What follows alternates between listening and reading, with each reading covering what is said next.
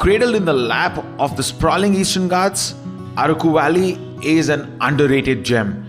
Not only is it famous for its lush landscape, but also for its critically acclaimed specialty coffee.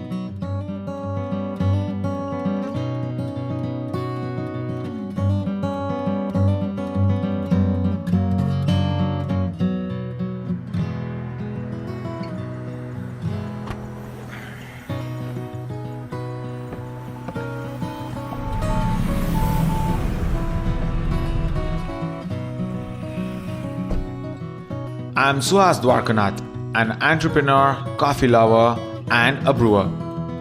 The pursuit of the best coffee has often taken me to unique landscapes and introduced me to wonderful people. Araku coffee is a one-of-its-kind story of a combination of both.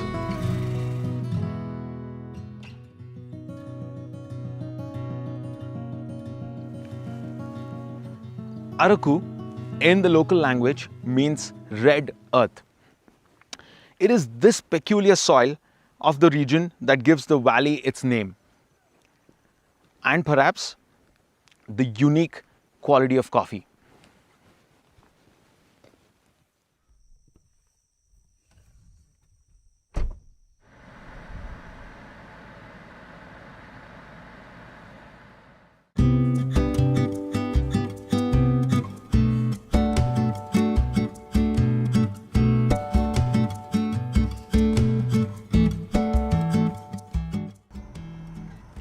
This landscape is so different from that of the Western Ghats, which I've been traveling for the last few weeks.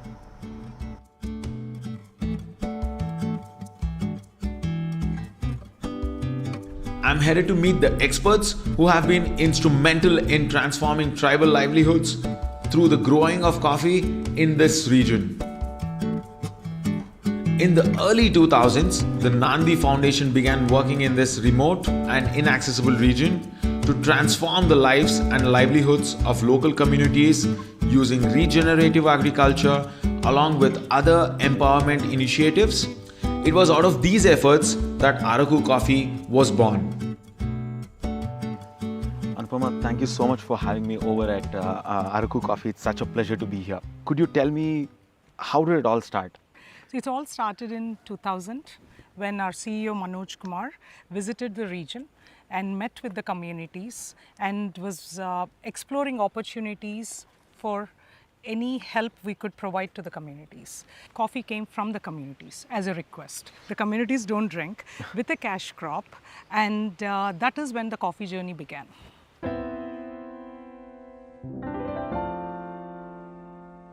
I spent the afternoon with David, who's one of the driving forces behind Araku Coffee.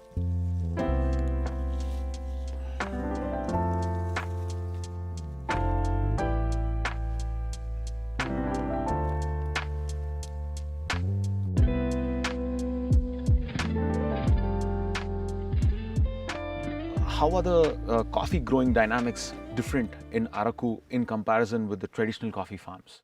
Knowing the two sides, the Western Ghats as well as here, they're quite different. One was the coffee estates themselves were actually created from scratch. Whereas Right. in Coorg and Chikmagalur and that, there was a coffee forest, and then they planted the coffee underneath. And the second one is the fact that there was no coffee knowledge here. There was no coffee culture. There was not the planters culture here. So we had to then start this training course in order to be able to ensure that everyone had a knowledge, a basic knowledge of how to grow good coffee. On top of that was the fact that it wasn't a few planters that we had to deal with. It was to deal with 17,500 farmer families. Yeah. Basically, how do you aggregate all of those people and with the same practices, and then centrally process the coffee to ensure that we can get all the nuances of the coffee here and making an Araku coffee name out of that. That was the challenge. Thank you, David. I really appreciate the transparency and then your willingness to share knowledge, and you don't want to keep it proprietary or reserved. It's open, and we learned that from the sharing and caring attitude and the values of this tribal culture. Right. They shared everything. Yeah. They shared their resources, they shared their knowledge of trees, which is deep. We learned that sort of those values of sharing and caring from them, and I think the whole landscape that you see here in Araku, and that specialty coffee and the taste of the coffee and the sweetness of the coffee, it came as a result of the alchemy of people coming together and doing something in partnership. It is incredible to see how the local community and the Nandi Foundation have built a holistic relationship with the land and are able to harness the richness of this valley to grow world-class coffee with the use of cutting-edge technology. Araku coffee gets its distinctive quality from the soil and the climate of the region, but a lot goes into the roasting process to create those unique tasting profiles.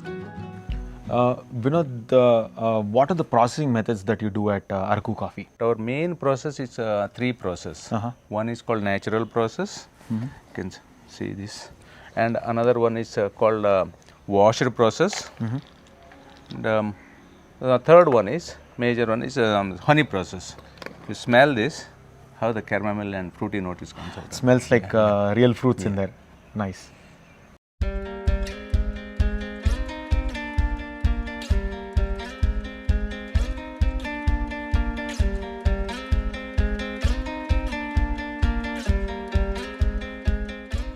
As a coffee professional, it's truly a pleasure to see coffee plays such a pivotal role in the empowerment of indigenous communities.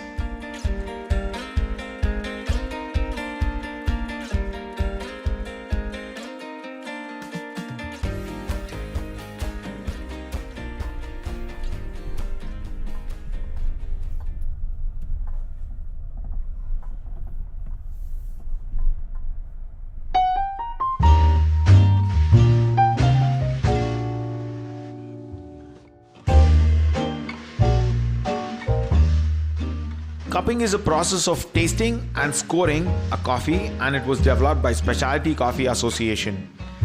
10 different characteristics of coffee like flavor, aroma, aftertaste, acidity, body are graded on a scale of 1 to 10. For a coffee to be considered a specialty coffee, it has to score above 80 points. From my trip to the Araku Valley, I have 2 microlots of coffee that I'm scoring today. One from the beautiful village of Duravasala and the other one from Degu Gasarapalli. So well, I can definitely say this, that both of these microlots score above 80 and are specialty coffees.